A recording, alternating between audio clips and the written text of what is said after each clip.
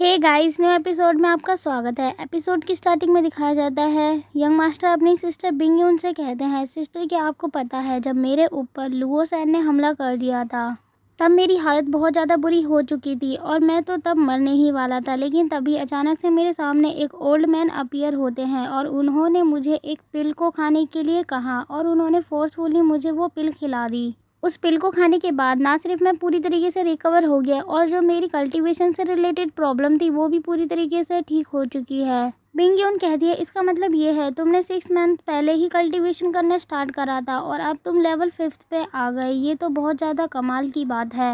Young master कहते हैं, बस थोड़ा सा वक्त और चाहिए मुझे, मैं जल्द ही कॉन्जेंटियल रिल्म पर पहुंच जाऊंगा और यही मेरा एम है। तभी इन्फॉर्मेशन देने के लिए बेल बजाई जा रही होती है और वो बेल बजाने वाले लुओ फैमिली के ही लुओ टियानबा होते हैं और वो कहते हैं मेन फैमिली से 4 मेंबर को सिलेक्ट किया गया है और 12 फैमिली से अलग अलग कैंडिडेट को सिलेक्ट किया गया है। ये सभी इनर मार्शल आर्ट पैलेस में एंटर कर सकते हैं और जो 5th लेवल से नीचे रैंक आई है उन सभी कैंडिडेट को एलिमिनेट किया जाता है।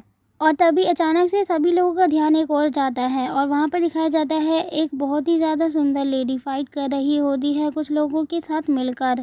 यंग मास्टर उनकी फ़ाइट को देख के काफ़ी ज़्यादा एक्साइटेड होते हैं और वो कहते हैं ये फ़ाइट तो टीवी पे दिखने वाली फ़ाइट से काफ़ी ज़्यादा बेहतर है। सच में रियल फ़ाइट तो रियल फ़ाइट ही होती है।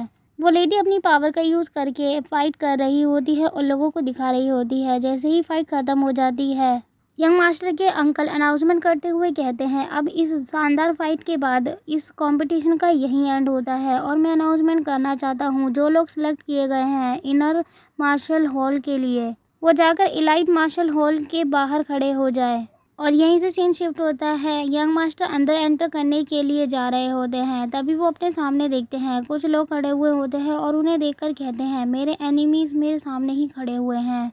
और यंग मास्टर ये सब लुओ सैन को देखकर अपने मन में कह रहे होते हैं। तभी यंग मास्टर को रोकने के लिए 2 लोग उनके सामने आकर खड़े हो जाते हैं। लुओ सैन कहता है, मैंने इसके ऊपर अपना खतरनाक अटैक यूज़ किया था लेकिन अभी भी ये जिंदा है। एक पिल इस तरीके की यहाँ एग्जिस्ट भी करती है इस वर्ल्ड में जिसकी वजह से ये ठीक हो गया। लेकिन अगर ऐसा हुआ तो वो पिल मेरे बेटे को क्यों नहीं मिली?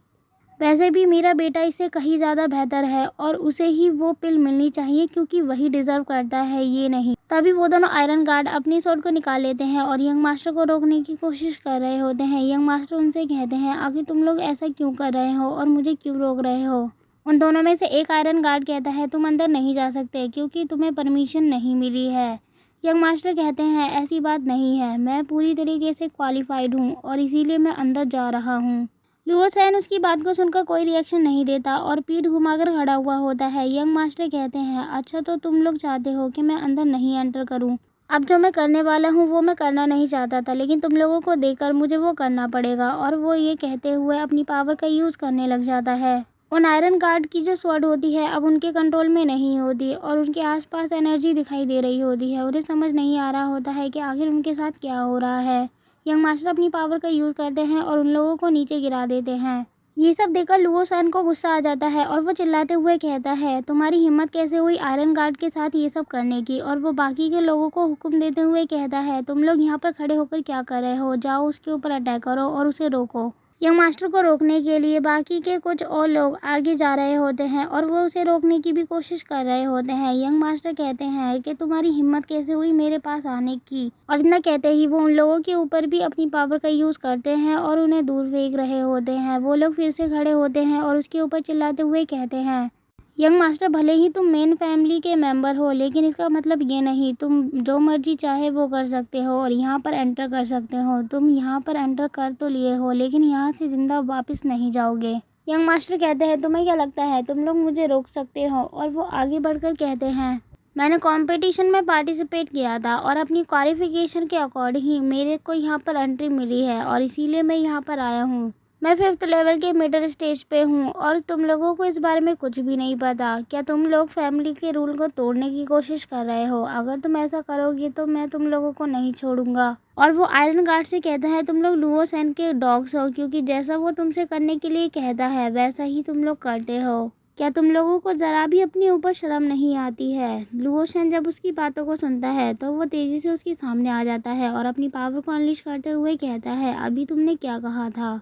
फिर से कहो, मैं सुनना चाहता हूँ। यंग मास्टर कहते हैं, ये सारे डॉग्स तो हैं ही, लेकिन तुम इनसे ज़्यादा बड़े डॉग हो। और ये बोलते हुए वो भी अपनी पावर को अनलिश कर रहे होते हैं। तभी उन दोनों को देखकर पीछे से लुओ टियान बा आते हैं और वो कहते हैं कि यहाँ पर क्या चल रहा है। यंग मास्टर उसे ही देख रहे होते हैं और वो उसे देखकर अपने मन में कहते हैं, जो भी मैंने आज इसे करते हुए देखा था, इसको देखकर ऐसा लग रहा है कि इसके अंदर टैलेंट तो है ही, और इसीलिए मुझे इनसे काफ़ी ज़्यादा सतर्क रहने की ज़रूरत है और इसके साथ ही इनके सामने मुझे अच्छा बनने का नाटक करना होगा। यंग मास्टर के अंकल उसके और ज़्यादा पास आ जाते हैं और वो कहते हैं, आखिर यहाँ पर क्या चल रहा था। यंग मास्टर कहते हैं, मैं यहाँ पर एंटर करना चाहता हूँ क्योंकि आपको भी पता है मुझे एंट्री करने के लिए परमिशन मिल चुकी है, लेकिन ये लोग मुझे रोक रहे हैं और अंदर जाने से मना कर रहे हैं, और जबकि मैंने इनको पहले ही बता दिया है मुझे एंट्री मिल चुकी है, इसीलिए मुझे अंदर जाने दो। उसके अंकल कहते हैं, लुओ सैन बताओ, ये जो यंग मास्टर कह रहे हैं ये सारी बातें सच है या नहीं।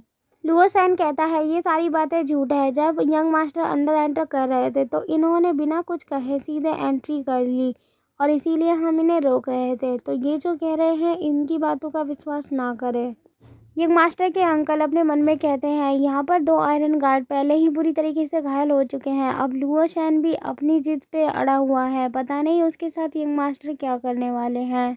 यंग मास्टर उन दोनों की बात को सुनते ही अपने मन में कहते हैं, ये लोग तो काफ़ी ज़्यादा अच्छे एक्टर दिख रहे हैं, इतनी ज़्यादा सफाई से झूठ बोल रहे हैं। और वो लुओ सैन से कहते हैं, तुम्हारी हिम्मत कैसे हुई मेरे अंकल के सामने झूठ कहने की। जब मैंने यहाँ पर एंटर किया था तभी मैंने तुम्हें बताया था कि मैं अब एंटर कर सकता हूँ यहाँ पर, क्योंकि मैंने अपनी क्वालिफिकेशन इतनी अचीव कर ली है।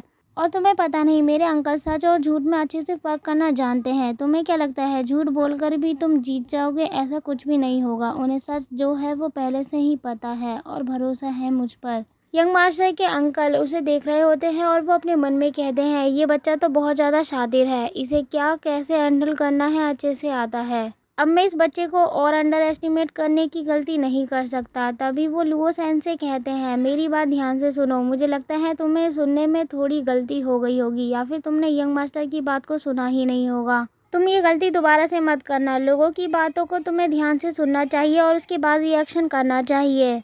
लुओ सैन उसकी बात को मान लेते हैं और वो यंग मास्टर के सामने माफ़ी भी मांगने लग जाते हैं। यंग मास्टर के अंकल यंग मास्टर से कहते हैं, अब तुम मुझे फॉलो करो और मेरे पीछे पीछे आओ। यंग मास्टर अपने अंकल को कहते हैं, ठीक है, और इसके साथ ही एपिसोड यहीं ख़त्म होता है। थैंक्स फॉर वॉचिंग गाइस, और कमेंट में बताएं आपको ये वीडियो कैसी लगी।